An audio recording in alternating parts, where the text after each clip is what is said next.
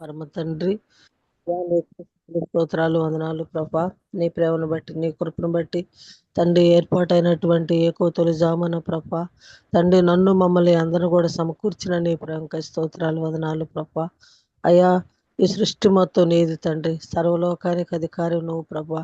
పరమ సింహాసాన్ని వదిలి రిక్తుడిగా ఈ లోకానికి వచ్చిన తండ్రి, అయ్యా నీకు స్తోత్రాలు తండ్రి. అయ్యా, మా అందరి కొరకు నా ప్రభా నీ శరీరాన్ని యవన నీ రక్తాన్ని కార్చి నీ రక్తం చేత మమ్మల్ని అందరినీ కొన్న తండ్రి, నీ స్తోత్రాలు. నా ప్రభా నా తండ్రి, మా కొరకు నీ ప్రాణం పెట్టిన తండ్రి స్తోత్రాలు. నా ప్రభా మా కొరకు తిరిగి లేచిన తండ్రి నీకు స్తోత్రాలు.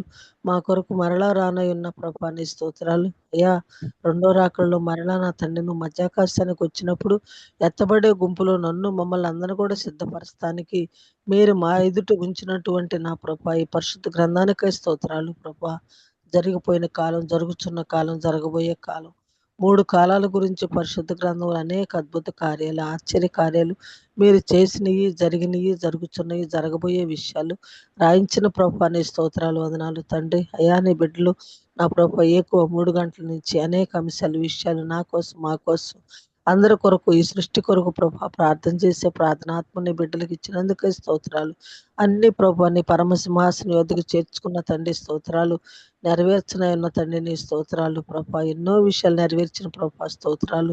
ప్రార్థనలు అనేటటువంటి ప్రభా నా తండ్రి యొక్క నా ప్రభా మీరు ఆలకించినటువంటి విషయాలన్నీ కూడా ప్రభా నెరవేర్చడానికి ఉండి ఇంకా నా ప్రభా అనేక కార్యాలు ప్రభా తండ్రి మేము ప్రార్థించిన ఇంకా నెరవేరలేదు అని సిద్ధపడకుండా నా ప్రభా ఆ చింత వలన నా ప్రభా కుంగిపోకుండా నా తండ్రి అయ్యా ఎంతో అద్భుతకరంగా ఆశ్చర్యకరంగా చేయటానికి సిద్ధంగా ఉన్న తండ్రి స్తోత్రాలు.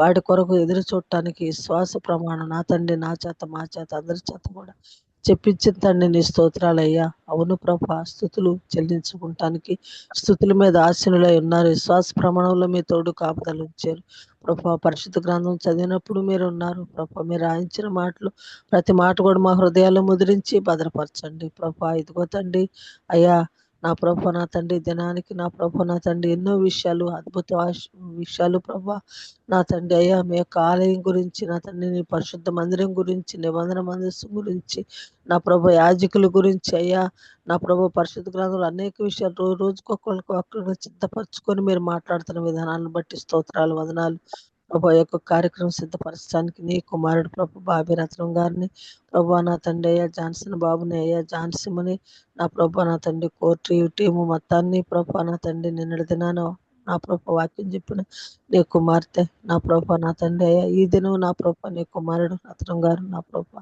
నా తండ్రి బాబీని నా ప్రభా మీరు సిద్ధపరచుకోండి ప్రభా. నీ ఆత్మతోటి నింపండి మందరూ నా ప్రభా శరీర ప్రాణాత్మలకి అవసరమైన విషయాలు మీరు మాతో మాట్లాడండి. మాట్లాడువారు మీరు కనుక నీ కుమారుని ప్రభా నీ పరిశుద్ధ ఆత్మతోటి నింపి పరిశుద్ధ గ్రంథాన్ని తెరిచి అనేక విషయాలు నాతో మాతో అందరితో కూడా మాట్లాడి మహిమ ఘనత ప్రభావాలు పొందమని ఆత్మీయంగా మా ఎదుగుదల ప్రభ మా అందరి శరీర ప్రాణాత్మలు దేయగలిగిన స్థానికి కప్పు చెప్తూ అతి త్వరలో నువ్వు వచ్చినప్పుడు సిద్ధపడే గుంపులో నా ప్రభు ఎత్తబడే గుంపులో నన్ను మమ్మల్ని అందరిని కూడా ఉంచుతారన్న నమ్మికతోటి నీ కుమారుణ్ణి నా ప్రభు నీ హస్తాలు కప్పు చెప్తూ ఇక సమాప్తి వరకు మీతోనే ఉంటానని వాగ్దానం చేసిన మా మంచి బోధకుడైన సయ్య పరిశుద్ధనామంలో ప్రార్థించి అడుగుచున్నాను పరమ తండ్రి.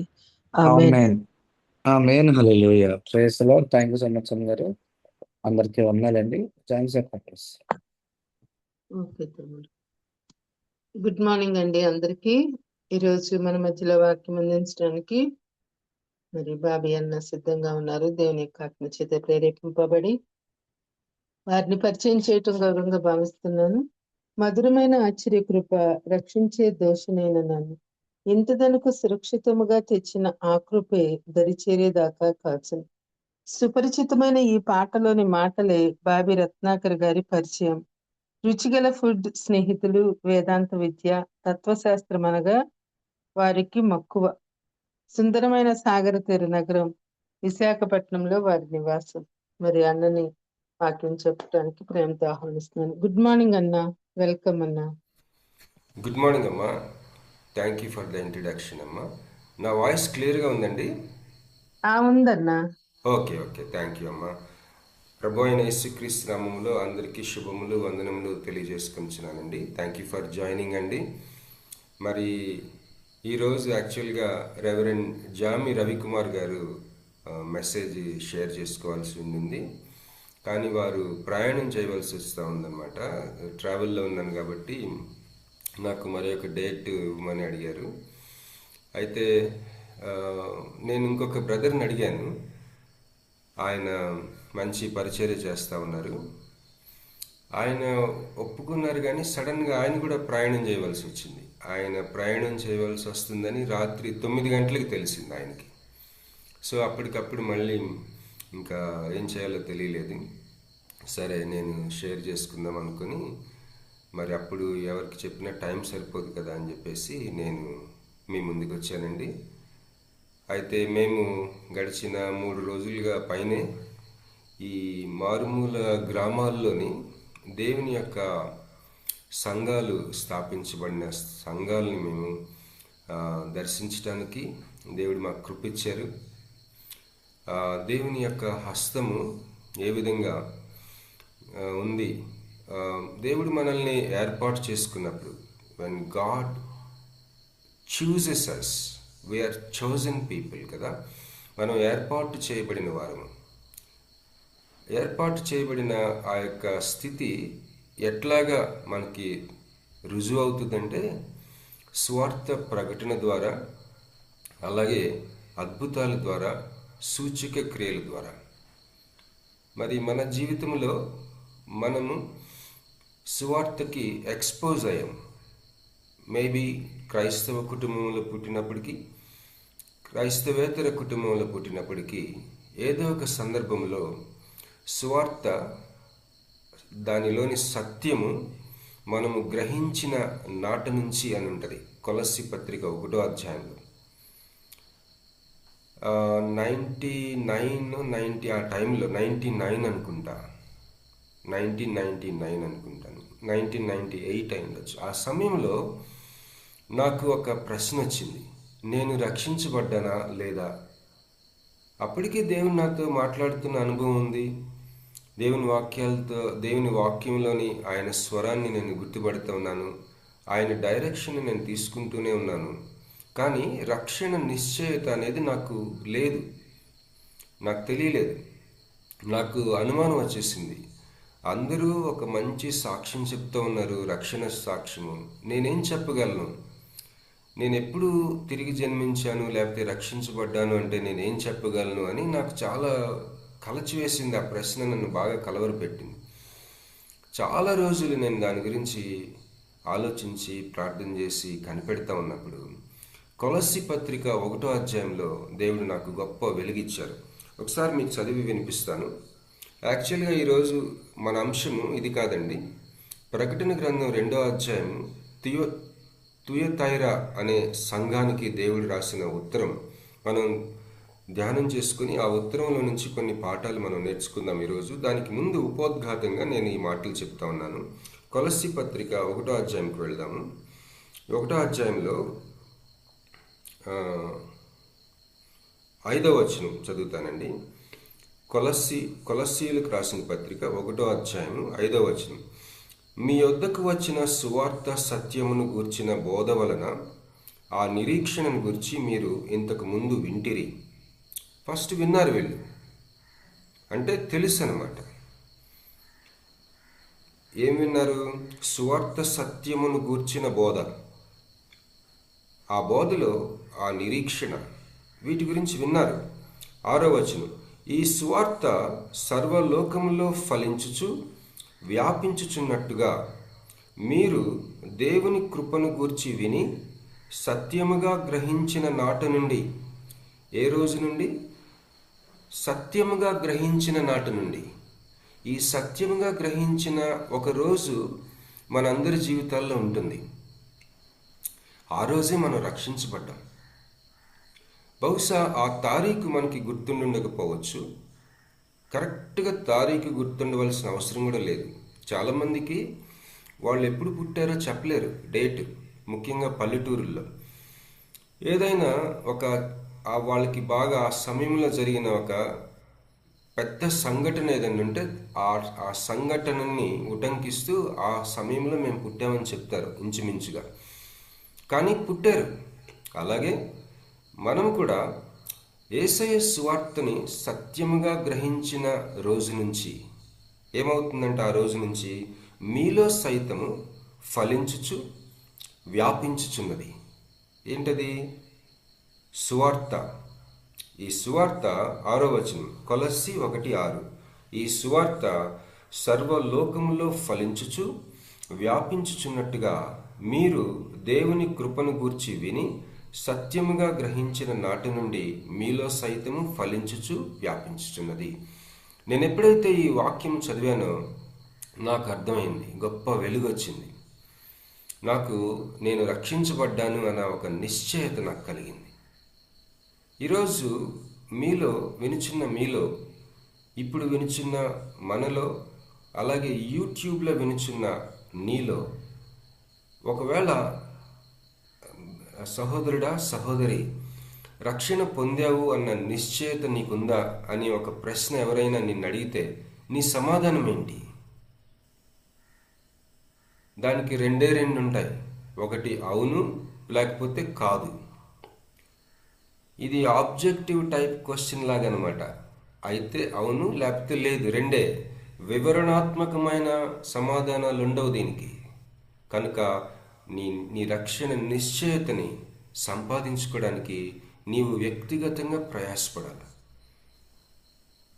ఆధార్ కార్డు గలిబిలైందనుకోండి, దానికోసం ఎంత పరుగులు పెడతాం? ఆధార్ కార్డుని కనెక్ట్ చేసుకోవడానికి, లేకపోతే ఏదైనా గవర్నమెంట్ తాలూకా పనులకి మన యొక్క డాక్యుమెంట్స్ పోయినాయి అనుకోండి, దానికోసం ఎంత తిరుగుతాం? ముఖ్యమైన పనులన్నీ పక్కన పెట్టి తిరుగుతాం. అలాగే ఇది అంతకంటే ప్రాధాన్యమైనది. కనుక నీ రక్షణ నిశ్చయతని సంపాదించుకోవడానికి నీవు వ్యక్తిగతంగా ప్రయాసపడాలి. ఒక ప్రశ్న వేసుకోవాలి నీకు నీవే, నేను రక్షించబడ్డానా? రక్షణ నిశ్చయత నాకుందా? ఈ రెండు ప్రశ్నలకు సమాధానం చెప్పుకోవాలి. ఎవరికి? నీకు నువ్వే. లేకపోతే ఎలా ఉంటుందంటే, చాలా భయం వేస్తుంది, నిశ్చయత ఉండదు. నిశ్చయత లేని వారికి ఎలా ఉంటుందో అలా ఉంటుంది అన్నమాట. ఓకే, మరి ఈ యొక్క అంశాన్ని నేను ఎందుకు ప్రస్తావిస్తున్నానంటే, మనల్ని దేవుడు ఏర్పాటు చేసుకున్నాడు అన్నదానికి రుజువు ఏంటంటే, మనము సువార్త సత్యమును గ్రహించుకోవడం, సువార్త నాకు ప్రకటించబడటం, లేకపోతే తెలియజేయబడటం, మరి సూచక క్రియలు, అద్భుతాలు జరగటం, ఈ రెండు కలయిక, దేవుని ఏర్పాటు, నీకు సువార్త ప్రకటన, ఇది గొప్ప దేవుని కార్యం. దేవుడు నన్ను ఏర్పాటు చేసుకున్నాడు. He has chosen us. అంటే ఏంటి అర్థం? ఒక 100 మంది ప్రజల్లో వాళ్ళందరినీ ఒక్కొక్కరిని దాటుకుంటూ నీ దగ్గరికి వచ్చాడు. ఎస్, ఈ వ్యక్తిని నేను ఏర్పాటు చేసుకున్నానని. ఈ ఏర్పాటు జగత్ పునాది వేయబడక మునిపే జరిగిందంట.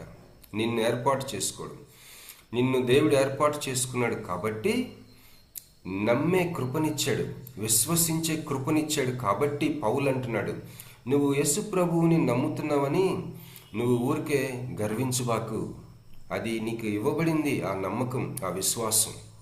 అసలు విశ్వాసమే ఇవ్వబడితే ఇక మనం అతిశయించడానికి అవకాశం, ఏ విషయంలో కూడా అవకాశం లేదు ఒక క్రైస్తవుడిగా.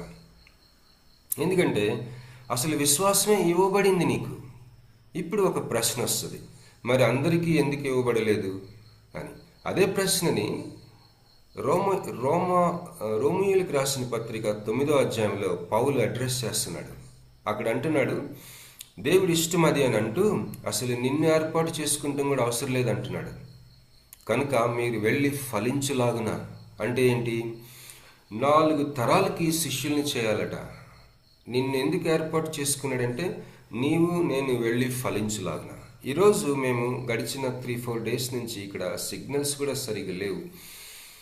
చాలా మారుమూల కొండ ప్రాంతాల్లో ఉన్న సంఘాలు చూసి మాకు ఇక మేము మామూలుగా ఉండలేనంత ఎక్స్పోజర్ అన్నమాట. ఎప్పుడైతే ఆ మారుమూల అసలు వెళ్ళి వెళ్ళి వెళ్ళి మేఘాలు మా మధ్యలో మేఘాలని మేము చేతితో పట్టుకునేంత హైట్లో ఉన్నాయి ఆ సంఘాలు. అక్కడికి వెళ్తే ఆ సంఘాల్లో చూస్తే అక్కడ కనీసం ఒక 100 మంది దాకా ఉన్నారు ఒక్కొక్క చర్చిలో.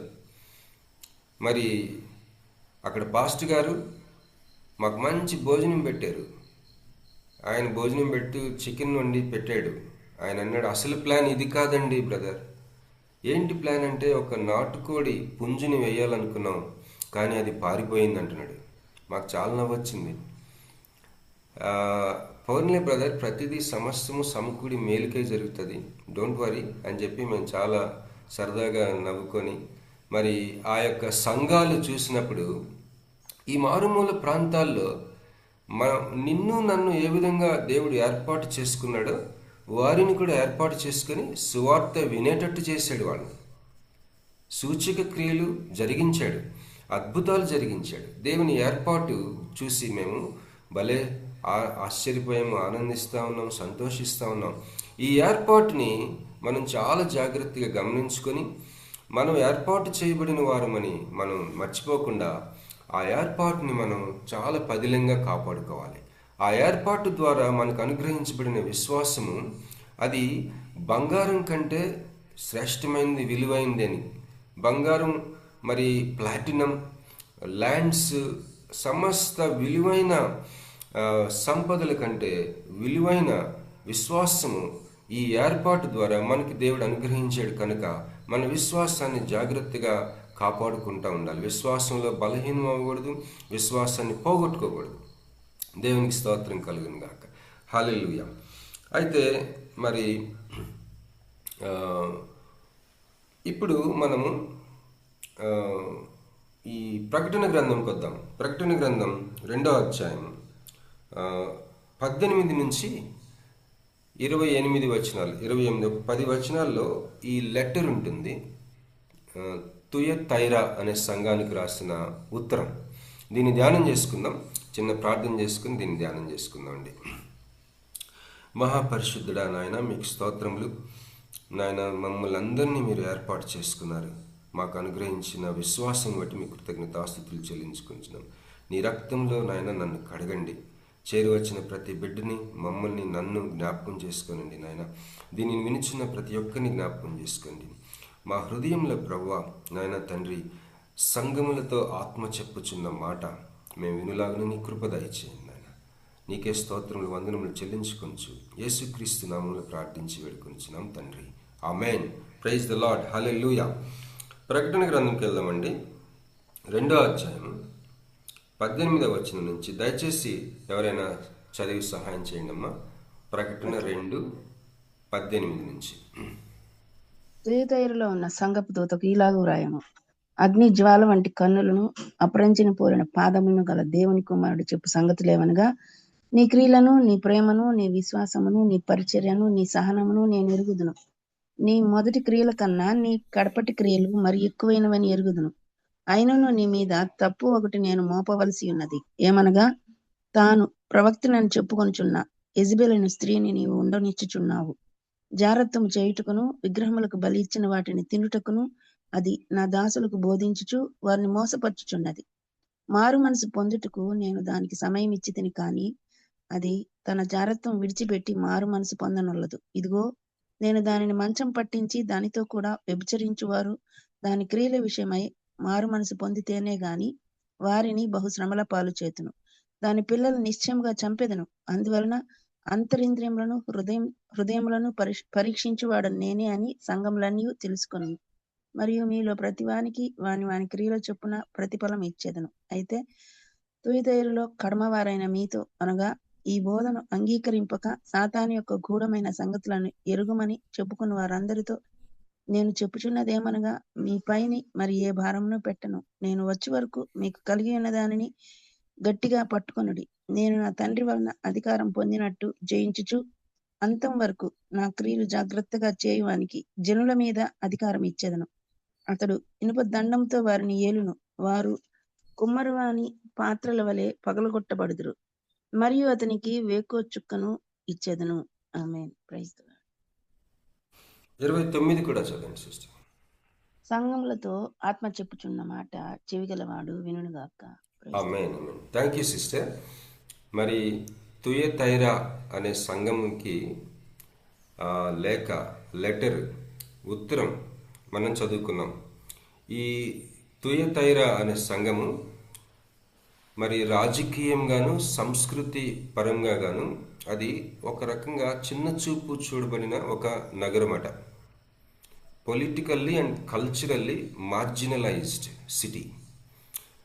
ప్రతి నగరానికి, పట్టణానికి, ప్రతి ఊరికి ఒక స్వభావం ఉంటుంది, ఒక చరిత్ర ఉంటుంది. ఒకసారి నా ఫ్రెండ్ ఉక్రెయిన్ దేశం నుంచి వచ్చాడు. అతడు ఒక దర్శనాన్ని ప్రచారం చేస్తూ ఉన్నాడనమాట. నేను ఇన్వైట్ చేశాను అతను వైజాగ్కి. నీ దర్శనం గురించి, నీ మినిస్ట్రీ భారం గురించి మా యొక్క సంఘ నాయకులకి చెప్పమని చెప్తే దాదాపు 300 మంది పాస్టర్స్ అండ్ లీడర్స్ కాన్ఫరెన్స్ పెట్టాం. ఒక హోటల్లో పెట్టాం 2013లో.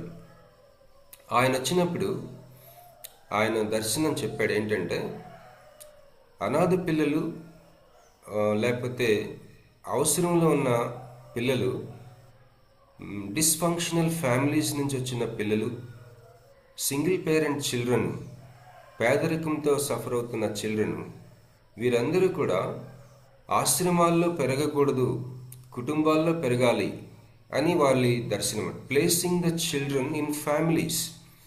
ఉక్రెయిన్ దేశం అంతా కూడా వాళ్ళు ఆ యొక్క దర్శనంతో నింపేసి అనేకమైన పాస్టర్ గారులని, నాయకుల్ని వాళ్ళు ఈ దర్శనాన్ని పరిచయం చేసి వారి సంఘాల్లో అనేకమైన కుటుంబాలు మరి వాళ్ళకున్న పిల్లలు కాక మరి ఒక బిడ్డని వాళ్ళ కుటుంబంలోనికి ఆహ్వానించి చేర్చుకొని యేసు ప్రభువునే చేర్చుకున్నంత సంబరపడిపోయిన దర్శనం యొక్క ఫలం, ఆ దర్శనం యొక్క స్కోప్ని, ఆ దర్శనాన్ని విశాఖపట్నంలో అనేక మంది పాస్టర్స్ నాయకులతో ఆయన పంచుకున్నాడు.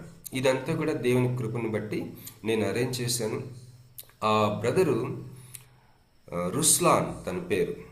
ఆయన వచ్చినప్పుడు విశాఖపట్నంలో ఒక ఎత్తైన పర్వతం మీదకి వెళ్ళాం. అతనికి పర్వతాలు ఎక్కడం అంటే హాబీ. Trekking, mountain trekking. తను చాలా హైట్ ఉన్న పర్వతాలు ఎక్కాడు. అంటే ఎక్కడం అంటే ఏదో కారుల్లో, బైక్స్లో కాదండి, నడుచుకుంటూ ఎక్కాడు.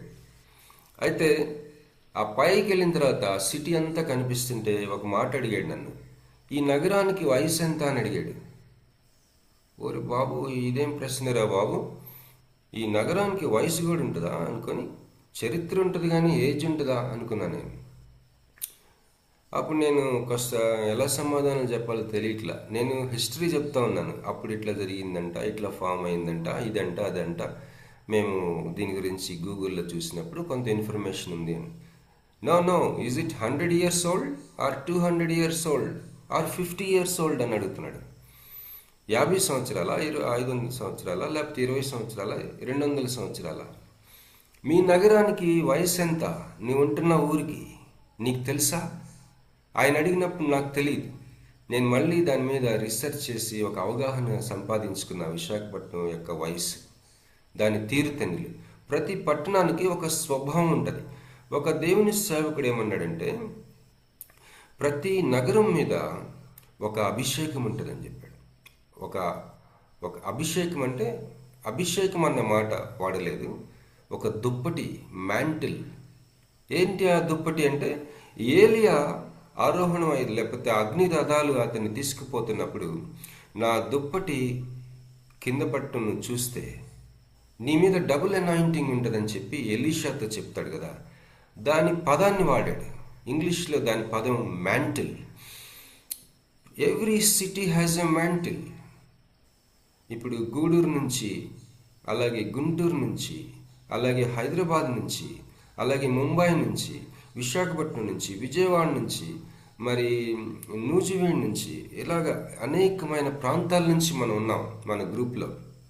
చెన్నై నుంచి, మరి అట్లా ఈ మన ఇండియాలో చాలా ప్రాంతాల నుంచి మన గ్రూప్లో ఉన్నాం. ఒక్కోసారి బయట దేశాల నుంచి కూడా వీడియోస్ చూస్తున్నారు, మనతోటి జాయిన్ అవుతూ ఉన్నారు. నీవు ఉంటున్న ఊరి మీద మ్యాంటిల్ ఉంటుంది, ఒక స్వభావం ఉంటుంది, ఒక వయసు ఉంటుంది ఆ ఊరికి. అది గమనించగలగాల. ఈ తుయతైరా విశ్వాసులకి, వాళ్ళకి ప్రేమ ఉంది, సేవ ఉంది, త్యాగం ఉంది, క్రియలున్నాయి. కానీ వాళ్ళలో మహా గొప్ప లోపం ఒకటి ఏంటంటే they lakh discernment. In everything. సంఘం మీద, సంఘముల గురించి, అలాగే అనేకమైన విషయాల్లో వాళ్ళు లోపలికి చూడలేకపోతున్న ఒక స్థితి ఉంది. వివేచన లేదు, డిజర్న్మెంట్ లేదు. దాని గురించి చెప్తా ఉన్నాడు ఈ లేఖలో.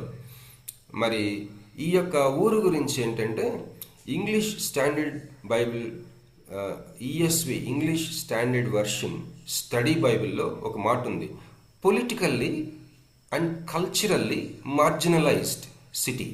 ఈ తుయతైరా అనేది రాజకీయంగాను, అలాగే సంస్కృతికి సంబంధించిన సంస్కృతిపరమైన విషయాల్లో అది చిన్న చూపు చూడబడిన ఒక పట్టణం. కనుక వాళ్ళు ఏం చేస్తున్నారంట, ఎట్లాగొట్ట కాస్త గుర్తింపు తెచ్చుకోవడానికి ఆర్థికంగా ఈ మెటల్స్ తయారు చేసి, ఈ మెటల్స్ తాలూకా కార్మికులు ఎక్కువగా ఉన్నారు. వాళ్ళు మెటల్స్ అండ్ ఫ్యాబ్రిక్, వస్త్రము, లోహములు, దీని గురించిన వ్యాపారస్తుల యొక్క ఎక్కువ సమాజం అది. ఆ వ్యాపారస్తులు తుయతైరాలో ఏం వ్యాపారం చేస్తారంటే మెటల్స్కి సంబంధించిన వ్యాపారము, అలాగే ఫ్యాబ్రిక్కి సంబంధించిన వస్త్ర తయారీ, బట్టలు, రెడీమేడ్ బట్టలు అమ్మటం కాదు, రెడీమేడ్ బట్టలకు కావాల్సిన వస్త్రాలను తయారు చేసే కార్మికులు వాళ్ళు. సో ఈ కార్మిక సంఘాల సముదాయాలు వాళ్ళు ఏం చేస్తున్నారు, మన పట్టణాన్ని మనం గొప్పగా చేసుకుందామని ఆర్థికమైన విషయాల్లో అనేకమైన పండగలు, పబ్బాలు, రకరకాలైన ఫెస్టివల్స్ చేసుకుంటూ, ఆ ఫెస్టివల్స్కి వాళ్ళ దేవతల్ని, దేవుళ్ళని కనెక్ట్ చేసుకుంటూ ఈ రకమైన వాతావరణంలో ఉన్న నగరంలో, ఆ పట్టణంలో, తుయతైరా పట్టణంలో చిన్న సంఘం ఉంది, ఏర్పాటు చేయబడిన ఒక సంఘం. వాళ్ళు చాలా తక్కువ గ్రూప్. అది వాళ్ళకి రాస్తున్నాడు ఈ యొక్క లెటర్. అయితే అక్కడ ఆ సంఘంలో, అంటే ఆ ఊరిలో ఒక ప్రాఫిటస్, ఒక ప్రవక్త అని చెప్పుకుంటున్న ఒక స్త్రీ గురించి ప్రస్తావన ఉంటుంది. ఈ యొక్క మనం చదవబడిన భాగంలో తుయతైరా సంఘంలో ఒక ప్రవక్తిని, ఒక లేడీ ప్రాఫిటెస్ గురించి ఒక చూజాయిగా, సూచనప్రాయంగా, మరి దాని గురించి మనం కొన్ని పాఠాలు నేర్చుకునే విధంగా ప్రస్తావించబడి ఉంటుంది. ఇక్కడ Christians may have been tempted toward the message of a prophetess who advocated participation in illicit sex and food sacrifice to idols, both staples of the social scene. అంటే ఆ యొక్క తుయతైరా లెటర్లో మనం చూస్తున్నట్టు ఈ ప్రవక్తిని రెండు విషయాలు చెప్తా ఉంది. ఏంటంటే మరి ఈ యొక్క వ్యభిచార సంబంధమైన, లేకపోతే జారత్వానికి సంబంధమైన ఆ యొక్క విషయాల్లో పాల్గొనమని, అలాగే విగ్రహాలకు అర్పించబడిన భోజనాన్ని, లేకపోతే ఆ పదార్థాలను తినమని ప్రోత్సహిస్తూ ఉందంట ఈ యొక్క ప్రవక్తిని. ఈ యొక్క ఆవిడ ప్రభావానికి లోనైన కొంతమంది, లోనవటానికి అవకాశం ఉన్న విశ్వాసులు ఉన్నారు, లోనైన వారు ఉన్నారు. వాటి గురించి హెచ్చరిస్తూ ఉన్నాడు ఈ యొక్క తుయతైరాలో. తర్వాత కొన్ని కాయిన్స్ దొరికినాయి అంటే ఈ మధ్యలో. ఏం కాయిన్స్ అవి? క్రొత్త నిబంధన తరాన్ని సూచించే ఒక కాయిన్స్. కాయిన్స్ చాలా ముఖ్యమైనవి. మన జీవితాలన్నీ అయిపోయినాక, మన తరం అయిపోయిన తర్వాత ఎవరికైనా 5 రూపాయల కాయిన్, 10 రూపాయల కాయిన్ దొరికిందనుకోండి, మన తరం గురించి కొంత అవగాహన వస్తుంది. ఒక 100 ఏళ్ల తర్వాత, దేవుని రాక లేట్ అయితే గనుక. సో అట్లానే కొన్ని కాయిన్స్ దొరికినాయి తుయతైరా ప్రాంతంలో. ఆ కాయిన్స్ మీద వాళ్ళకి అర్థమైంది ఏంటంటే వీళ్ళు అపోల్లో అనే ఒక దేవుణ్ణి ఆరాధించారు అని. సో ఈ యొక్క ఇన్ఫర్మేషన్ తోటి మనం ముందుకెళ్దామండి. ఇక్కడ యేసుక్రీస్తు ప్రభువాని పరిచయం మనం చూస్తే ప్రకటన గ్రంథం 2వ అధ్యాయం 18వ వచనంలో యేసు ప్రభువారు ఎలా ఉన్నారు? అగ్నిజ్వాల వంటి కన్నులను, అపరంజిని పోలిన పాదములను. అంటే ఇక్కడ వీళ్ళు లోహాలకు సంబంధించిన ఒక కార్మిక సంఘాలు ఉన్న ఊర్లో ఉన్నారు. వారికి బాగా అర్థం కావాలంటే అగ్ని జ్వాల వంటి, అంటే వాళ్ళు కూడా ఫైర్తోనే పనిచేస్తుంటారు. ఇక్కడ అగ్ని జ్వాల వంటి యేసు ప్రభువుని చూపిస్తూ ఉన్నాడు. అంటే నీ అంతరంగాల్లోనికి, మన అంతరంగాల్లోనికి చూడగలిగిన దేవుడు. మన అంతరంగాల్లోకి మనం కూడా సరిగ్గా చూసుకోలేం, కానీ దేవుడు యేసు ప్రభు వారు చూడగలిగిన దేవుడు. అంతరంగంలో ఏముంటాయి? ఉద్దేశాలు ఉంటాయి, ఇంటెన్షన్స్, పర్పసెస్ ఉంటాయి, సంకల్పాలు ఉంటాయి. మన హృదయము ఎటు ప్రవహిస్తుంది, ఏ గమ్యం వైపు వెళ్తుంది, మన హృదయాంతరంగాల్ని అసలు ఏమాత్రం ఎంత లోతున్నా సరే చూడగలిగిన అగ్ని జ్వాల వంటి కన్నులు కలిగిన యేసు ప్రభువుని ఇంట్రడ్యూస్ చేస్తుంది ఇక్కడ ఈ వాక్యం. అంతేకాదు అపరంజి వంటి పాదములు, అంటే దేనినైనా త్రొక్కి వేయగలిగిన పాదములు, శత్రువుని బలమంతటి మీద అధికారం కలిగిన పాదములు, ఎలాంటి ఎనిమినైనా క్రష్ చేయగలిగిన ఒకలాంటి అనేకమైన మెటల్స్ కలిసిన ఒక బ్రాంజ్ మెటల్ తయారు చేస్తే దానిని బాగా షైనింగ్ ఇస్తే ఎలా ఉంటుందో అలాంటి పాదాలకు కలిగిన యేసు ప్రభు ఆయన మాట్లాడుతున్నాడు. ఇక్కడ నేను మర్చిపోకముందు ఒక పాయింట్ చెప్తాను. సంఘములు ఆత్మ చెప్పుచున్న మాట వినుగాక అని. అంటే ఎట్లా జరుగుతుంది ఇది? సంఘములతో ఆత్మ ఎలా చెప్తాడు అంటే ఎట్లాగొట్లా చెప్తాడు. ఎక్కడో జరుగుతున్న విషయాలు నీ చెవిలో పడతాయి. మన గురించి ఎక్కడికో వినిపిస్తూ ఉంటుంది.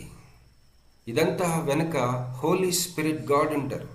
నేను చెప్తున్నది ఏదో ఒకలాంటి దుష్ప్రచారము లేకపోతే ఏమంటారు బ్యాక్ బైటింగ్, గాసిప్స్ అవి కాదండి. సంఘములతో ఆత్మ చెప్పే మాట ఒకటి ఉంటుంది, దాని గురించి చెప్తున్నా. అది అందరికీ తెలిసిపోతుంటుంది. ఏదైనా ఒక విషయం మనకు తెలిసినప్పుడు, లేకపోతే మన గురించి ఎవరికైనా తెలియబడుతున్నప్పుడు అది హోలీ స్పిరిటా కాదా అన్నది మనం నిర్ణయించుకోవటం చాలా ముఖ్యం. అయితే ఇక్కడ సంఘములతో ఆత్మ ఎలా చెప్తాడు, సంఘములతో ఎలా చెప్తాడు అన్నది మనం గమనిస్తే దీనికి సింపుల్ ఆన్సర్ ఏంటంటే ఆయన చెప్పగలడు. ఆశ్చర్యకరమైన సెట్టింగ్స్లో చెప్పగలడు. ఈ రోజుల్లో మీరు గమనించారో లేదో, దేవుని యొక్క ఆత్మ కార్యము, ప్రక్షాళన కార్యం జరుగుతుంది. అది చాలా త్వరితంగా జరుగుతుంది. సంఘాల్లో ఎక్కడ చూసినా 2 జరుగుతూ ఉన్నాయి. ఒకటి ప్రక్షాళన జరుగుతుంది, ఇంటెన్సిఫై అయింది అది. రెండోది చాలా క్విక్గా ఉంది అది దేవుని యొక్క కార్యం. ఇంతవరకు ఒక 4-5 సంవత్సరాల 2-3 సంవత్సరాల క్రితం ఇంత వేగిరంగా ఆయన క్రియలు జరగటం నేను గమనించలేదు. త్వరితంగా క్విక్గా జరుగుతున్నాయి. ఆయన జడ్జ్మెంట్స్ అవ్వచ్చు, బ్లెస్సింగ్స్ అవ్వచ్చు. చాలా ఫాస్ట్గా ఉంది సీన్ అంతా. చాలా క్విక్గా ఆయన డెసిషన్స్ తీసుకుంటూ ఉన్నారు సంఘాల్లో, విశ్వాసుల జీవితాల్లో, నాయకుల జీవితాల్లో. చాలామంది ఏం చేస్తారంటే ఈ మధ్య కొంతమంది నాయకుల గురించి నేనేదో విమర్శించటం లేదండి, ఒప్పుకోవటం విషయంలో, ఏదైనా తప్పు చేస్తే ఒప్పుకోవటం విషయంలో ఒప్పుకోలేకపోతున్నారు, కవర్ చేసుకుంటున్నారు. దానివల్ల కనికరం పొందలేము. అలాగే మరి పెద్ద పెద్ద నాయకులు అబద్ధాలు ఆడుతున్నారు, క్రైస్తవ నాయకులు. ఎందుకంటే సమాజం కోసం, సంస్కృతి కోసం. అందువలన మీరు గమనించారో లేదో, కొన్ని లక్షల మంది ప్రయాణమై వస్తే కేవలం 2 వాగ్దాన భూమిలో ప్రవేశించారు. సో దేవుని క్రైస్తవ నాయకులు కూడా ఈరోజు ప్రక్షాళనకి గురవుతున్నారు. ఈరోజు అది ఎట్లా ఉందంటే స్పీడ్గా ఉంది దేవుని కార్యం. ఇదివరకు ఇట్లాగా ఆయన ఇదివరకు కొంత స్లోగా ఉండేది. అసలు కొన్నిసార్లు మన జీవితంలో దేవుని యొక్క తీర్పు తెన్నులు మనం జరిగాయి కాదు. కానీ ఇప్పుడు మన జీవిత కాలంలోనే కొన్ని తీర్పులు ఎగ్జిక్యూట్ చేస్తున్నాడు దేవుడు. స్పీడ్గా ఉంది. మరి మీరు వివేచించితే మరి ఈ రోజుల్లో క్రైస్తవ ప్రవక్తలు ఉన్నారు. మీరు కానీ నమ్మగలిగితే, ప్రవచించటం కాదండి, అంటే ప్రాఫెసీ గిఫ్ట్ కాదు, ప్రాఫెసీ ఆఫీస్,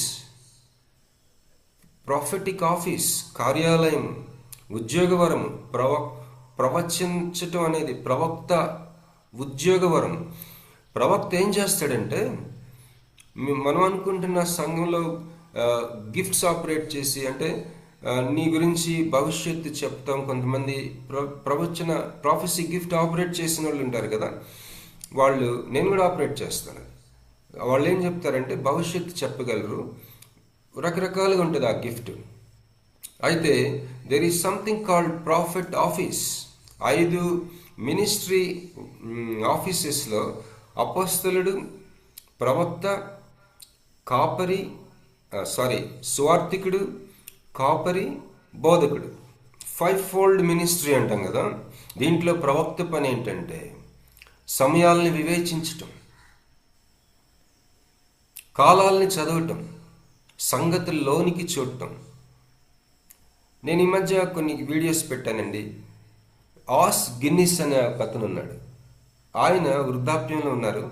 ఆయన ఈ ప్రపంచంలో జరుగుతున్న పరిస్థితులన్నింటినీ, ఆ యొక్క పోకడలు, వైఖరులన్నింటినీ కూడా మదించి కుదించి, లేకపోతే దాన్ని బాగా రీసెర్చ్ చేసి దానిని మనకి స్వార్థ వెలుగులో మనకి ప్రకటించే ఒక టాక్స్. ఆస్ గిన్నిస్ బుక్ గుర్తుపెట్టుకోండి. ఆయన second name Guinness, first name చాలా సింపుల్, OS, ఆస్. ఆయన పేరు ఆస్, ఫస్ట్ నేమ్ స్పెల్లింగ్ OS. ఇప్పుడు మనం పెట్టుకుంటే దాని క్రింద సబ్ టైటిల్స్ ఒకవేళ వస్తే తెలుగులో కూడా రావచ్చు, లేకపోతే స్పాట్లో మనకి తెలుగు ట్రాన్స్లేషన్ వచ్చేస్తుంటుంది. ఈ మధ్య చాలా వరకు పర్వాలా, మనం గ్రహించుకోవచ్చు. ఒకవేళ ఎవరికైనా అర్థం కాకపోతే నేను చెప్తాను, నాకు ఫోన్ చేస్తే. అయితే ఐశ్వర్యం ఉంటుంది ఆ వీడియోస్లో. ఓకే, ఇప్పుడు ఈ తుయతైరా స్టార్టింగ్లో యేసు ప్రభు ఇంట్రడక్షన్ మనం చూసాము. ఆ తుయతైరా సంఘం యొక్క పరిస్థితి 19లో ఉందండి, 19వ వచనంలో. నీ క్రియలను, నీ ప్రేమను, నీ విశ్వాసమును, నీ పరిచర్యను, నీ సహనమును నేను ఎరుగుదును. నీ మొదటి క్రియల కన్నా నీ కడపటి క్రియలు మరి ఎక్కువైనవని ఎరుగుదును. 2వ అధ్యాయం ఫస్ట్లో ఎఫ్ఎస్సి సంఘానికి రాస్తూ నీ క్రియలు మొదట్లో లాగా లేవు అంటాడు. ఇక్కడ ఆపోజిట్గా ఉంది. అసలు నీ క్రియలు మొదటి కంటే బాగున్నాయి అంటున్నాడు. నీకు విశ్వాసం ఉంది, నీ ప్రేమ, నీ క్రియలు, నీ పరిచర్య, నీ సహనము చాలా బాగున్నాయి అంటున్నాడు. నీ మొదటి క్రియల కన్నా నీ కడపటి క్రియలు మరి ఎక్కువైనవి అని నేను ఎరుగుదును అంటున్నాడు. అయితే ఒక కంప్లైంట్ ఉంది ఈ సంఘంలో. ఏంటంటే 20వ వచనం, అయినను నీ మీద తప్పు ఒకటి నేను మోపవలసి ఉన్నది. ఏమనగా తాను ప్రవక్తినని చెప్పుకొనుచున్న యెజబెలను స్త్రీని నీ ఉండనిచ్చుచున్నావు.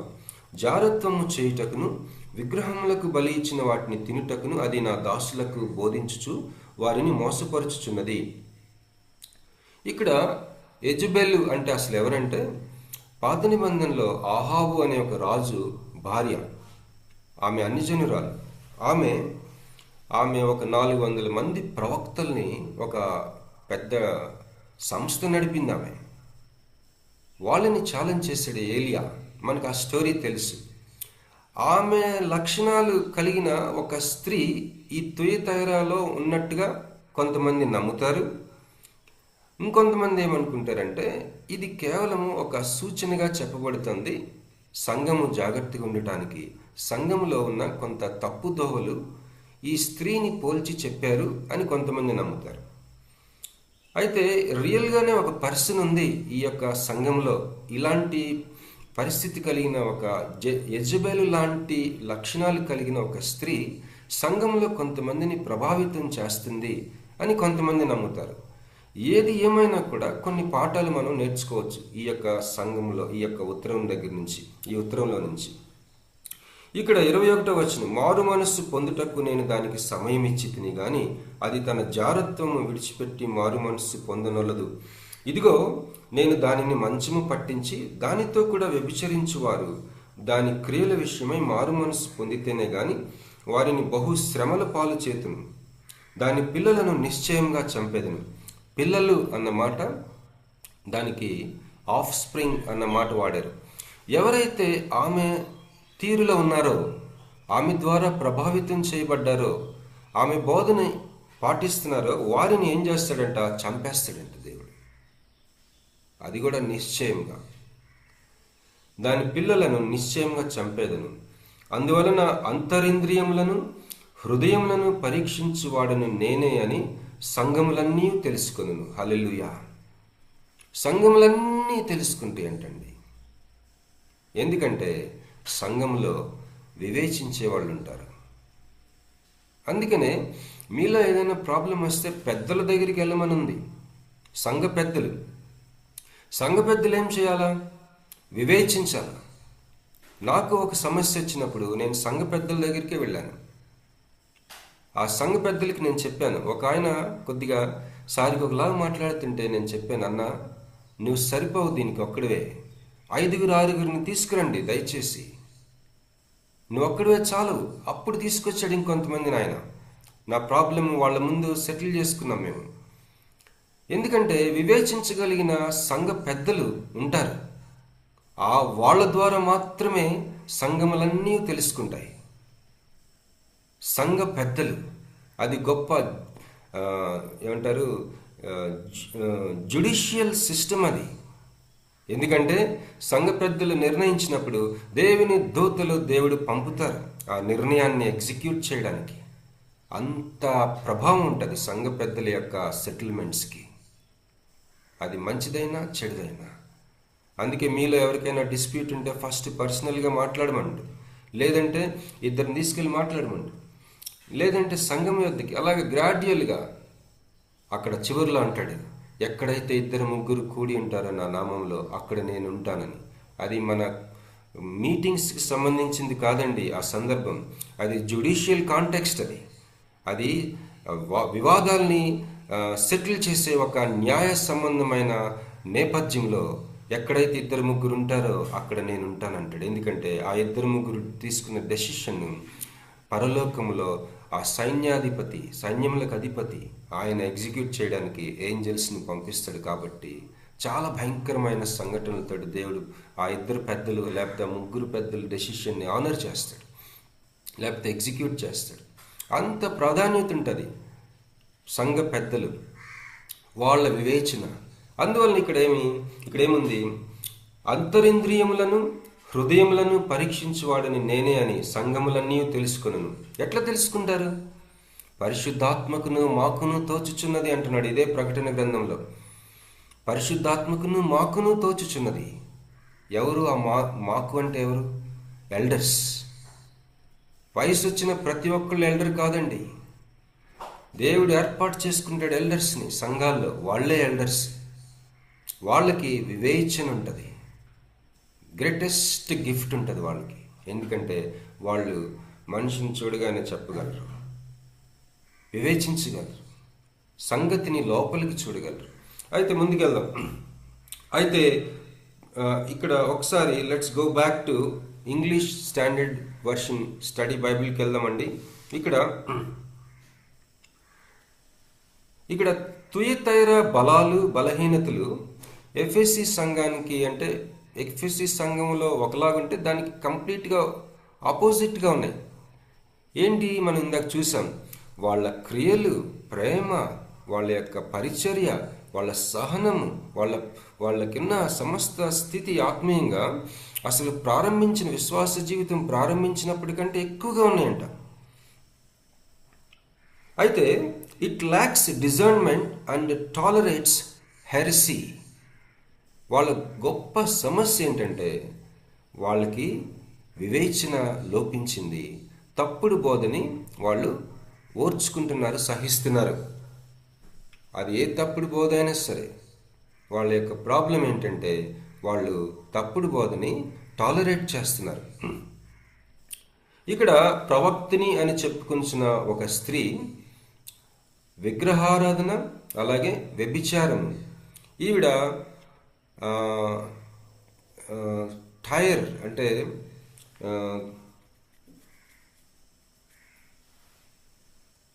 తీరు, సీదోను, తీరు అనుకుంటా. తీరు ఆ పట్టణాల్లో నేను ఇందాక చెప్పిన ఆహాబు భార్య ఈవిడ్ని పోలిన ఒక స్త్రీ ఉంది ఆ సంఘాల్లో. ఆవిడ ప్రవక్తినని చెప్పుకుంటుంది.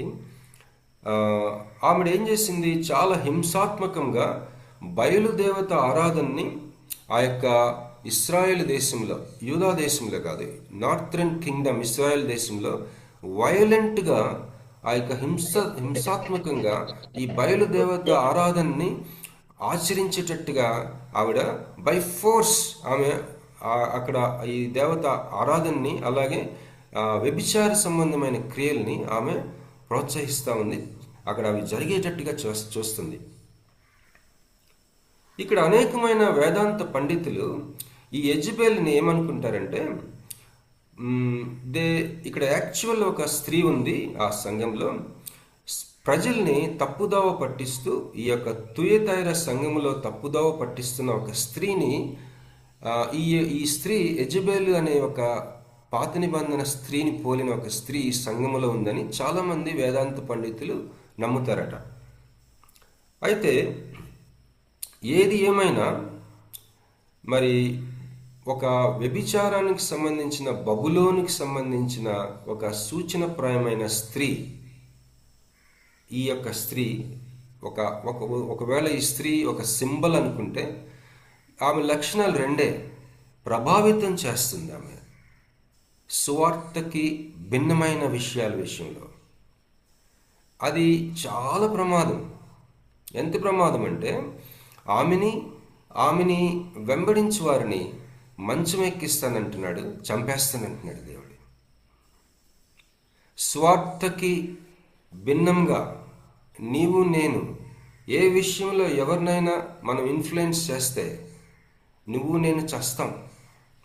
ఈ వాక్యంలో ఉన్న పాఠమది. మనల్ని వెంబడించే వాళ్ళు చస్తారు, అనేకమైన శ్రమల పాలవుతాం.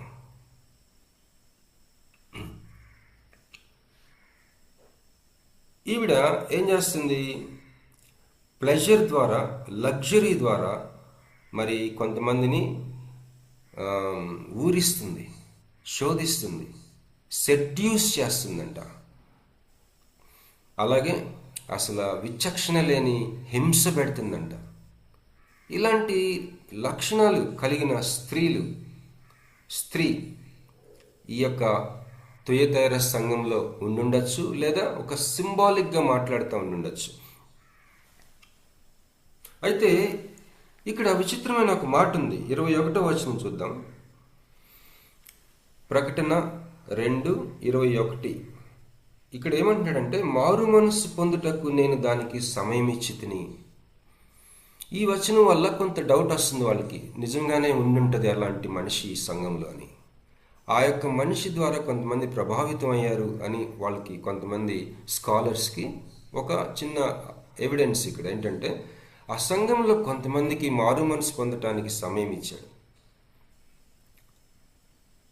ఈ వాక్యం నేను చాలాసార్లు అంతకుముందు నా జీవితంలో కొన్నిసార్లు చదివినప్పుడు, నా జీవితాన్ని నేను పరిశీలించుకున్నప్పుడు, అమ్మో నాలో కొన్ని ఇట్లాంటి లక్షణాలు ఉన్నాయేమో, ఉండుండొచ్చు. కొంత నా ఆలోచనలో, నా అంతరంగంలో దేవుడికి నాలో ఇలాంటి లక్షణాలు కనపడతా ఉన్నాయేమో అని నాకు భయం వేసింది. నేను నా లైఫ్లో నేను చాలాసార్లు ఈ లెటర్ చదివామని, నా రక్షణ జీవితంలో నాకు చాలాసార్లు భయం వేసింది. నా లైఫ్లో ఇట్లాంటిది ఉండొచ్చు, ఈ స్త్రీలాగా నేను ఉండున్నానేమో అని. తప్పే ఉంది? మనం ఒప్పుకోవడానికి, లేకపోతే మన ఆత్మని పరిశీలించుకోవడానికి ఈ స్త్రీని మనం ఒక ఎగ్జాంపుల్గా తీసుకొని, నాలో ఇలాంటి లక్షణాలు ఉన్నాయేమో అని నేను పరిశీలించుకుంటే తప్పే ఉంది? లేకపోతే లేకపోవచ్చు, ఉంటే ప్రమాదం కదా. అందువలన మన జీవితంలో ఇలాంటి లక్షణాలు నాలో ఉన్నాయేమో అంటే ఏంటి, నేనే ఆ స్త్రీని అని కాదు. ఏంటి ఆమెలో ఉన్న 2 లక్షణాలు? ఒకటి, ఆమె సువార్తకి భిన్నమైన విషయంలో ఆమె ఇతరుల్ని ప్రభావితం చేస్తుంది, హింసాత్మకంగా ప్రవర్తిస్తుంది. తర్వాత మారు మనస్సు పొందటానికి సమయం ఇవ్వబడింది ఆమెకంటే ఆమెలాంటి ప్రవర్తన కలిగిన విశ్వాసులకి దేవుడు మారు మనసు పొందటానికి, పశ్చాత్తాపడటానికి సమయం ఇచ్చిన ఆ కాలంలో నీవు నేను ఉన్నామేమో ఈ ఉదయకాల సమయంలో మనం పరిశీలించుకుందాం. ఎందుకంటే దేవుని హస్తము బహుభయంకరమైన స్పీడ్గా పనిచేస్తుంది ఈ ప్రస్తుత రోజుల్లో. అయితే ఈ సంఘంలో వివేచన లోపించింది. ఏదైనా పరిస్థితి వారి ముందుకు వచ్చినప్పుడు వారు డిజైన్ చేయలేకపోతున్నారు. వాళ్ళ సంఘంలో ఒక పరిస్థితి ఉంది, దానిని సహిస్తూ ఉన్నారు వీళ్ళు. దేవుడు దాన్ని గద్దిస్తున్నాడు. మీ క్రియలు బాగున్నాయి, మీ పరిచర్య బాగుంది, మీ సహనం బాగుంది, నా ఎడల ప్రేమ బాగుంది, అసలు ముందు కంటే బాగున్నాయి ఇవన్నీ. కానీ మీలో ఒక పరిస్థితి ఉంది. మీ సంఘంలో చిన్న సంఘమే, కానీ యెజబెలు లాంటి ఒక స్థితి మీ సంఘంలో ఉంటే దాన్ని ఓర్చుకొని పోనీలే అని మీరు దాని గురించి ఏం పట్టించుకోకుండా ఉంటున్నారు. జాగ్రత్త. దాన్ని వెంబడించే వాళ్ళని దాన్ని నేను మంచం పట్టిస్తా, నేను చంపేస్తాను. దేవుడు మాట్లాడుతున్నాడు, దేవుని వాక్యం మాట్లాడుతుంది. ఏమని ఇక్కడ చూడండి, 23వ వచనం, దాని పిల్లలను నిశ్చయంగా చంపెదను. మనము, మన పిల్లలు, లేకపోతే మన కుటుంబం, మన సమస్తం స్వార్థని వెంబడిస్తున్నామా? స్వార్థకి వేరైన విషయాల చేత ప్రభావితం చెంది వాటిని వెంబడిస్తున్నామా? లేకపోతే మనమే స్వార్థకు భిన్నమైన వాటిని ఇతరులకి ఇన్ఫ్లుయెన్స్ చేస్తున్నామా? దీనిని ఈ కళ్ళజోడితో మన జీవితాలను పరిశీలించకపోతే మన వ్యక్తిగత జీవితాలు ప్రమాదంలో, దేవుని యొక్క ఉగ్రత మన మీదకి వచ్చి మనము రోగం పాలవటమో, మంచం ఎక్కటమో, చావటమో జరుగుతుంది. ఈ వాక్యము నిజమైతే యేసు ప్రభు అంట, యేసు ప్రభుని సరిగ్గా కానీ చూస్తే నువ్వు యేసు ప్రభుని పక్కనన్నా పెడతావంట, లేదా కిరీటం అన్నా పెడతావంట.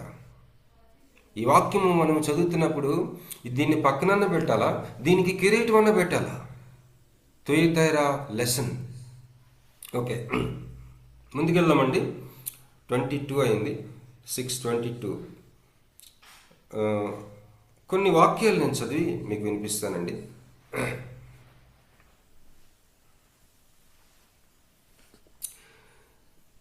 ఒక స్టడీ బైబిల్, కామెంటరీ బైబిల్ ఏంటంటే ద బైబిల్ నాలెడ్జ్ కామెంటరీ, ఆ బుక్ గురించి మీకు కూడా చెప్పాను కదా. దాంట్లో ఏముందంటే, Christ promised sudden and immediate judgement and Christ called her sin adultery and promised that all who followed her would suffer intensely.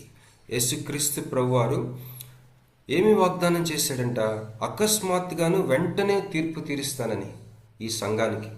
అలాగే ఈ స్త్రీ యొక్క వ్యవహారం అంతటినీ కూడా, ఒకవేళ ఈ స్త్రీ ఒక సింబల్ అనుకోండి, ఆ యొక్క టైప్లో సువార్తకి భిన్నముగా మనస్తత్వాలు కలిగిన విశ్వాసుల మీదకి ఆ సంఘంలో సడన్గాను వెంటనే తీర్పు వస్తుందని, ఆ యొక్క నమ్మే ఇట్లాంటి పరిస్థితి కలిగిన ఆ యొక్క ఆలోచన తీరంతటికి దేవుడు ఒక పేరు పెట్టాడు, అది వ్యభిచారం అని. అంతేకాకుండా ఇట్లాంటి బోధని వెంబడించే వాళ్ళందరికీ చాలా తీవ్రంగా వాళ్ళు శ్రమలు పాలవుతారని ఈ యొక్క లెటర్ ద్వారా హెచ్చరించబడతా ఉన్నాం. అలాగే గలతీ 6:1, సహోదరులారా, ఒకడు ఏ తప్పితంలోనైనను చిక్కుకొని ఎడల ఆత్మ సంబంధులైన మీలో ప్రతివాడు తానును శోధింపబడుదునేమో అని తన విషయమే చూచుకొనుచు సాత్వికమైన మనస్సుతో అట్టివానిని మంచి దారికి తీసుకుని రావాలను. ఒకని భారములనొకడు భరించి ఈలాగు క్రీస్తు నియమమును పూర్తిగా నెరవేర్చుడి. ఎవడైనను వట్టివాడయుండి తాను ఎన్నికైన వాడనని ఎంచుకొని ఎడల తన్ను తానే మోసపరుచుకొనును. ప్రతివాడును తాను చేయు పనిని పరీక్షించి చూచుకొనవలెను. అప్పుడు ఇతరులను బట్టి గాక తనను బట్టియే అతనికి అతిశయం కలుగును. ప్రతివాడును తన బరువు తానే భరించుకొనవలెను గదా. వాక్యోపదేశము పొందువాడు ఉపదేశించువానికి మంచి పదార్థములన్నిటిలో భాగమేయవలెను. మోసపోకుడి దేవుడు వెక్కిరింపబడడు. మనుష్యుడు ఏమి విత్తునో ఆ పంటనే కోయను. ఎలాగనగా తన శరీరేచ్ఛలను బట్టి విత్తువాడు తన శరీరము నుండి క్షయమను పంట కోయను. అలాగే ఇంకొద్ది ముందుకెళ్ళి, ఆత్మను బట్టి విత్తువాడు ఆత్మ నుండి నిత్య జీవం అను పంటను కోయను. మనము మేలు చేయుటయందు విసుగక యుందము, మనము అలయక మేలు చేసితిమేమి, తగిన కాలమందు పంట కోతుము. కాబట్టి మనకు సమయము దొరికిన కొలది అందరి ఎడలను, విశేషముగా విశ్వాస గృహమునకు చేరిన వారి ఎడలను మేలు చేయదము. ఓకే, యోహాను 21:17. మూడవసారి ఆయన, యోహాను కుమారుడు అయిన సీమోను, నన్ను ప్రేమించుచున్నావా అని అతనిని అడిగాను. నన్ను ప్రేమించుచున్నావా అని మూడవసారి తన్ను అడిగినందుకు పేతురు వ్యసనపడి, ప్రభువా, నీవు సమస్తము ఎరిగినవాడు, నిన్ను ప్రేమించుచున్నానని నీవే ఎరుగుదువని అతనితో చెప్పాను. యేసు ప్రభు సమస్తము ఎరిగినవాడు అని ఇక్కడ వాక్యంలో చూస్తున్నాం. రోమా 14:7 నుంచి 13వ వచనం వరకు చదువుతానండి. రోమా 14:7 నుంచి. మనలో ఎవడును తన కోసమే బ్రతికడు, ఎవడును తన కోసమే చనిపోడు. మనము బ్రతికినను ప్రభువు కోసమే బ్రతుకుచున్నాము, చనిపోయినను ప్రభువు కోసమే చనిపోవచ్చున్నాము. కాబట్టి మనము బ్రతికినను చనిపోయినను ప్రభువు వారమై ఉన్నాము. తాను మృతులకును సజీవులకును ప్రభువైండుటకు ఇందు నిమిత్తమే కదా క్రీస్తు చనిపోయి మరలా బ్రతికెను. అయితే నీవు నీ సహోదరునికి తీర్పు తీర్చినేలా, నీ సహోదరుని నిరాకరింపనేలా, మనమందరము దేవుని న్యాయపీఠము ఎదుట నిలుతుము.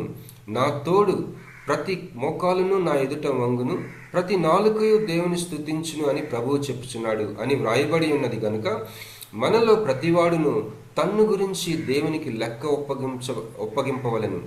కాగా మనం మీకు మీదట ఒకరినొకడు తీర్పు తీర్చుకుందుము. ఇదియుగాక సహోదరునికి అడ్డమైనను ఆటంకమైనను కలుగజేయకుందుమని మీరు నిశ్చయించుకొనుడి. 1వ దినవృత్తాంతంలో 29:17. నా దేవా, నీవు హృదయ పరిశోధన చేయుచు యథార్థవంతులు యందు ఇష్టపడుచున్నావని నేను ఎరుగుదును. నేనైతే యథార్థ హృదయం గలవాడనై ఇవి అన్నీ మనఃపూర్వకంగా ఇచ్చి ఉన్నాను. ఇప్పుడు ఇక్కడ నుండి నీ జనులను నీకు మనఃపూర్వకంగా ఇచ్చుట చూచి సంతోషించుచున్నాను. నేను ఎందుకు ఈ వాక్యాలు చదువుతున్నానంటేనండి, సంఘములకు ఆత్మ చెప్పుచున్న సంగతి చెవిగలవాడు వినుగాక. ఆత్మ సంఘములకు ఎలా చెప్తాడు? పరిశుద్ధాత్మ కార్యాన్ని మనం చూస్తా ఉన్నాం. ఇక్కడ లాస్ట్లో ఒక మాట కూడా ఉంటుంది, వేకువ చుక్కనిస్తాను జయించువానికి. ఈ వేకువ చుక్క ఎవరంటే యేసు ప్రభు యొక్క ఒక తాజా ప్రత్యక్షత, brand new revolution or personification of morning light, morning star, వేకువగా వచ్చే ఒక స్టార్. అలాంటి యేసుక్రీస్తు ప్రభువుని, బ్రాండ్ న్యూ రెవల్యూషన్ని, brand new piece of Jesus Christ. యేసుక్రీస్తు ప్రభు వారు ఒక బ్రెడ్ అనుకోండి, ఉదాహరణ చెప్తున్నా, ఒక స్లైస్ని, ఆ స్లైస్ పేరు వేకువ చుక్క, జయించువానికి ఇస్తాను అంటున్నాడు. ఎట్లా జయిస్తారు? సంఘములకు ఆత్మ చెప్పుచున్న మాట ఏంటది? నువ్వు ఇలాంటి స్వార్థకు భిన్నమైన విషయాల్ని నువ్వు సహించొద్దు, టాలరేట్ చేయొద్దు. ఈ స్త్రీని పోలిన ఒక బోధ, ఏదైనా అట్లాంటి లక్షణాలున్న బోధ ఏమన్నా నీ సంఘాల్లో ఉందేమో, లేకపోతే నిజంగా అట్లాంటి మనిషి ఉందేమో. ఆ మనిషి నువ్వేనేమో, ఆ మనిషి నేనేనేమో. ఒకసారి పరిశీలించుకుందాం. ఎందుకంటే దాని పర్యవసనాలు తీవ్రమైన పదజాలంతో హెచ్చరించబడుతున్నాం ఇక్కడ. కనుక వీటన్నిటి విషయంలో నువ్వు జయిస్తే, when you come back to gospel, యేసుక్రీస్తు సువార్త యొక్క శ్రేష్టమైన పవిత్రమైన ఆ యొక్క ప్యూర్ టీచింగ్లోకి మళ్ళీ నువ్వు వస్తే నీకు వేకువ చుక్కనిస్తాను. సంఘములకు ఆత్మ చెప్పుచున్న సంగతి చెవిగలవాడు వినుగాక. అంటే ఎట్లాగా చెప్తాడనంటే, హృదయాలను పరిశోధించేవాడు, హృదయం నుంచి హృదయంకి మాట్లాడుతూ ఉంటాయి. డీప్ కాల్స్ డీప్ అని ఉంటుంది కీర్తనలు. అలాగే మన హృదయాంతరంగాల్లో నుంచి దేవుడు మరొక హృదయాంతరంగాలతో మాట్లాడగలడు. When you have gospel purity in you. Okay, ఇక్కడ నెక్స్ట్ కీర్తనలు 26:2 యెహోవా నన్ను పరిశీలించుము, నన్ను పరీక్షించుము, నా అంతరింద్రియములను నా హృదయమును పరిశోధించుము. కీర్తనలు 44:21 హృదయ రహస్యములను ఎరిగిన దేవుడు ఆ సంగతిని పరిశోధింపక మానునా? యోహాను 2:24 అయితే యేసు అందరినీ ఎరిగినవాడు గనుక ఆయన తన్ను వారి వశము చేసుకొనలేదు. ఆయన మనుష్యుని ఆంతర్యమును ఎరిగినవాడు గనుక ఎవడును మనుష్యుని గురించి ఆయనకు సాక్ష్యమీనక్కర్లేదు. ప్రకటన 2:29 సంఘములతో ఆత్మ చెప్పుచున్న మాట చెవిగలవాడు వినుగాక. రోమా 5:11 దయచేసి రోమా 2వ అధ్యాయం 5-11 వచనాలు చదవండి. భలే ఉంటుంది అక్కడ అసలు. సరే, 1 పేతురు 1:17 పక్షపాతం లేకుండా క్రియలను బట్టి ప్రతివానిని తీర్పు తీర్చువాడు తండ్రి అని మీరు ఆయనకు ప్రార్థన చేయుచున్నారు గనుక మీరు పరదేశులై ఉన్నంత కాలము భయముతో గడుపుడి. కీర్తన 7:8 యెహోవా జనములకు తీర్పు తీర్చువాడు. యెహోవా నా నీతిని బట్టి నా యథార్థతను బట్టి నా విషయంలో నాకు న్యాయం తీర్చుము. 9వ వచనం హృదయములను అంతరింద్రియములను పరిశీలించు నీతిగల దేవా. ఈ వాక్యంలో ఏముందంటే పరిశుద్ధాత్మ కార్యం ఉంది. పరిశుద్ధాత్మ కార్యం ఏం చేస్తున్నాడంటే మన అంతరంగాన్ని అబ్జర్వ్ చేస్తున్నాడు. ఆయనకున్న గైడ్ లైన్ ఏంటంటే గాస్పుల్ ట్రూత్, సువార్త సత్యము మీ వద్దకి వచ్చిన నాటి నుంచి, సువార్త సత్యమును మీరు గ్రహించిన నాటి నుంచి, గ్రహించిన నాడు ఆ గ్రహింపు, ఆ యొక్క సువార్త సత్యము, ఆ సువార్త వెలుగు దానికి సంబంధించినట్లుగానే మన అంతరంగం ఉందా లేదా అని సంఘములకు ఆత్మ తెలియచేయు మాట, సంఘములందరికీ తెలియజేసే మాట ఆ యొక్క హోలీ స్పిరిట్ కార్యం. ఇది చెవి గలవాడు వినుగాక. ఎందుకంటే మార్నింగ్ స్టార్ ఇవ్వాలని ఆయన ఆశ మనకి. సో ఈ మాటలు దయచేసి సరిగ్గా అర్థం చేసుకోవాల్సింది ప్రాధేయపడుతున్నానండి.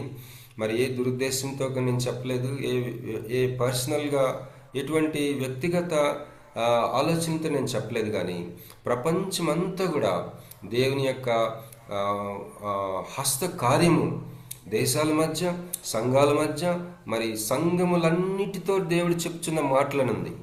ఇలాంటి గ్రహింపు డిజర్న్మెంట్ మనకి, మరి మన డిజర్న్మెంట్ మరి అది గుడారమును ఎన్లార్జ్ చేస్తే ఎట్లాగా ఎన్లార్జ్ అవ్వాలో అలాంటి ఎన్లార్జ్మెంట్ మనకి అవసరం. ఎందుకంటే దేవునికి చిత్తం ఏంటంటే వేకువ చుక్క ఇవ్వటం, వేకువ చుక్క మనకి ఇవ్వటం దేవుని చిత్తమై ఉన్నది. కనుక మరి ఈ లేఖ ద్వారా తొయతైరాకి దేవుడు రాసిన ఉత్తరం ద్వారా మనము ఈ యొక్క జీవిత పాఠాలు మనం నేర్చుకుందాం. థ్యాంక్ యూ అండి.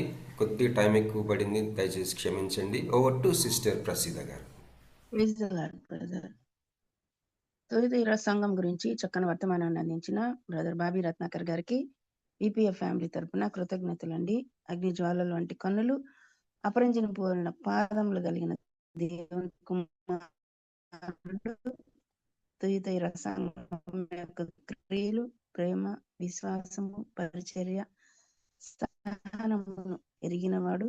అలాగే మొదటి క్రియలకు కన్నా కడపటి మరి ఎక్కువైనవి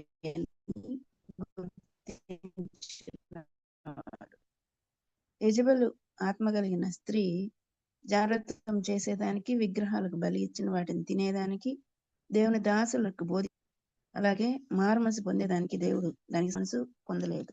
కాబట్టి దేవుడు మంచం పట్టించి బహుశ్రమల పాలు చేసి దాని పిల్లలు నిశ్చయంగా చంపేదని అంటున్నాడు. మనకు కూడా అటువంటి ఆత్మ ఉందేమో మనము ఆత్మ పరిశీలన చేసుకోవాలి. దేవుని తీర్పు ద్వారా అంతరింద్రియములను, హృదయములను పరిశీలించేవాడు ప్రభువే అని మనము తెలుసుకోనగలం.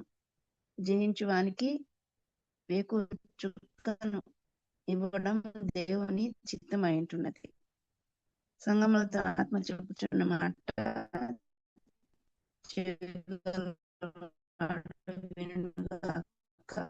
అని దేవుని వాక్యం చెప్తుంది. దేవుని కృపను గూర్చి సువార్త ఫలించుచు వ్యాపించుచున్నది అని మనం గ్రహించాలి. చక్కని వర్తమానాన్ని బట్టి బాబీ రత్నాకర్ గారికి కృతజ్ఞతలు. ముగింపు ప్రార్థన మరియు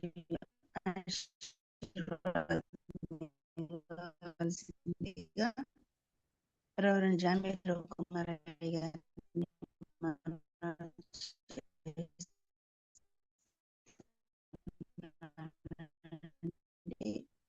మరి శ్రీనివాస్ అంటే ట్రావెల్లో బ్రదర్ ఉన్నారమ్మా, అవుట్ ఆఫ్ స్టేషన్ బ్రదర్. అలాగే లలిత సిస్టర్ వాళ్ళ తల్లి గారి కొరకు ప్రార్థన చేయండి బ్రదర్.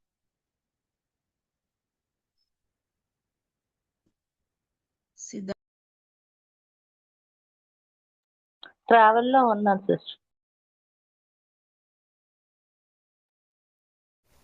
తోట బాలసమయ్య గారు, అయ్యా మీరు ప్రార్థన చేస్తారా?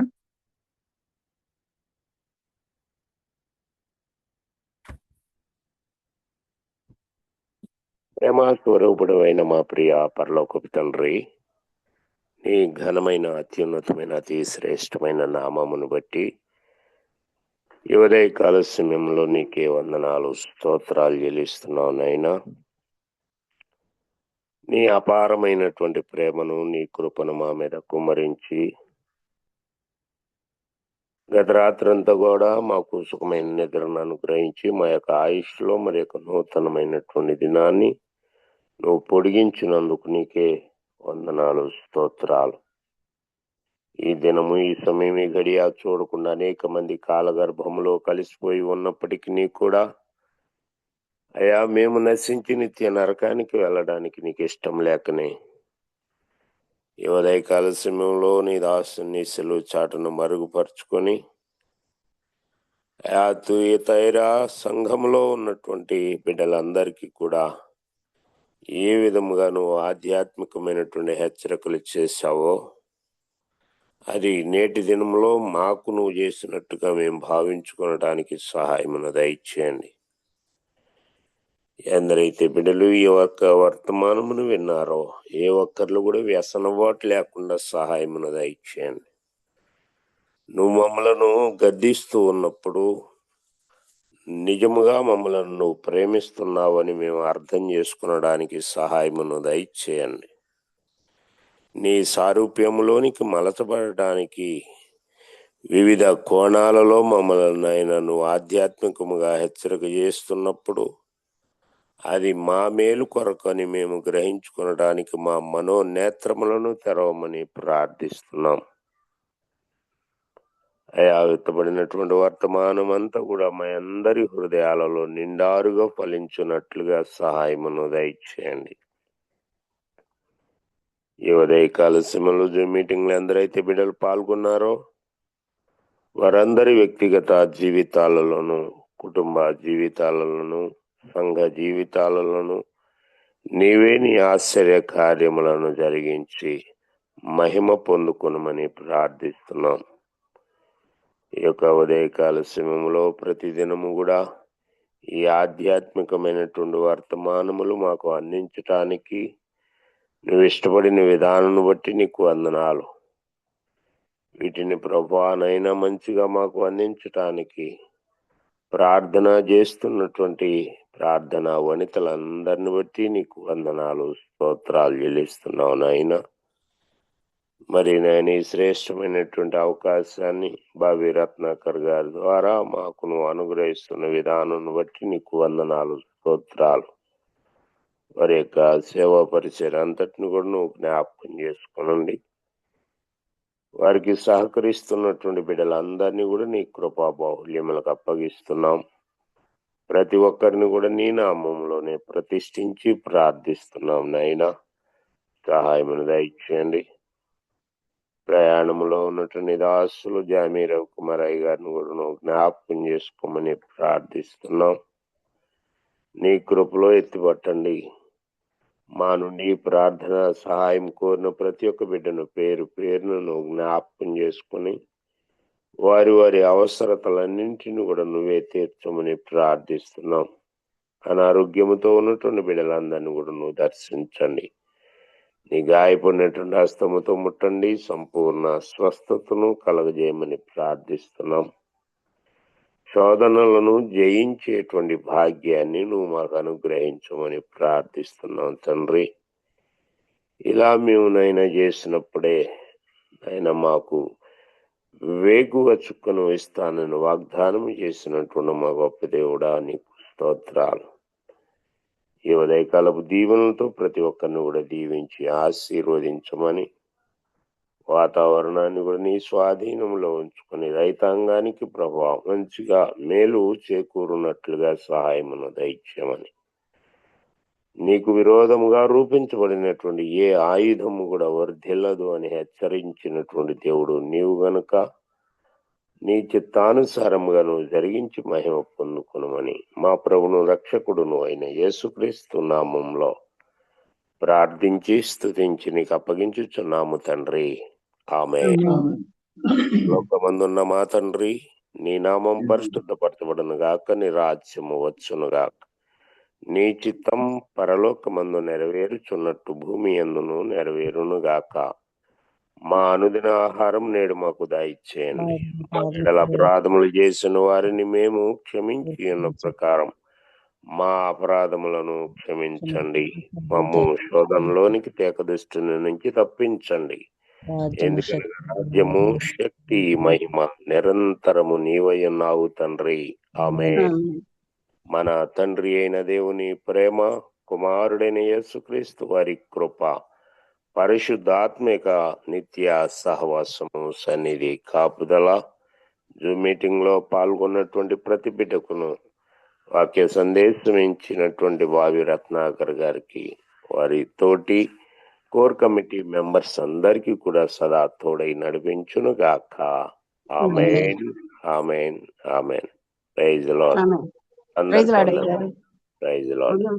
ముగింపు ప్రార్థన మరి ఆశీర్వదించిన తోట బాలసమయ్య గారికి, అలాగే వర్తమానికులు బాబీ రత్నాకర్ గారికి, మరియు కూడి వచ్చిన విపిఎఫ్ ఫ్యామిలీ మెంబర్స్ అందరికి కూడా ప్రభు నామంలో కృతజ్ఞతలండి. ఆసక్తి కలిగిన వారందరూ కూడా 8:30 PM జరిగే online Bible class A L virtual అకాడమీలో పార్టిసిపేట్ చేయొచ్చండి. ప్రభు చిత్తమైతే రేపటి దినాన తిరిగి కలుసుకుందాం. అంతవరకు సెలవు తీసుకుందాం. Praise the Lord to all. Praise the lord.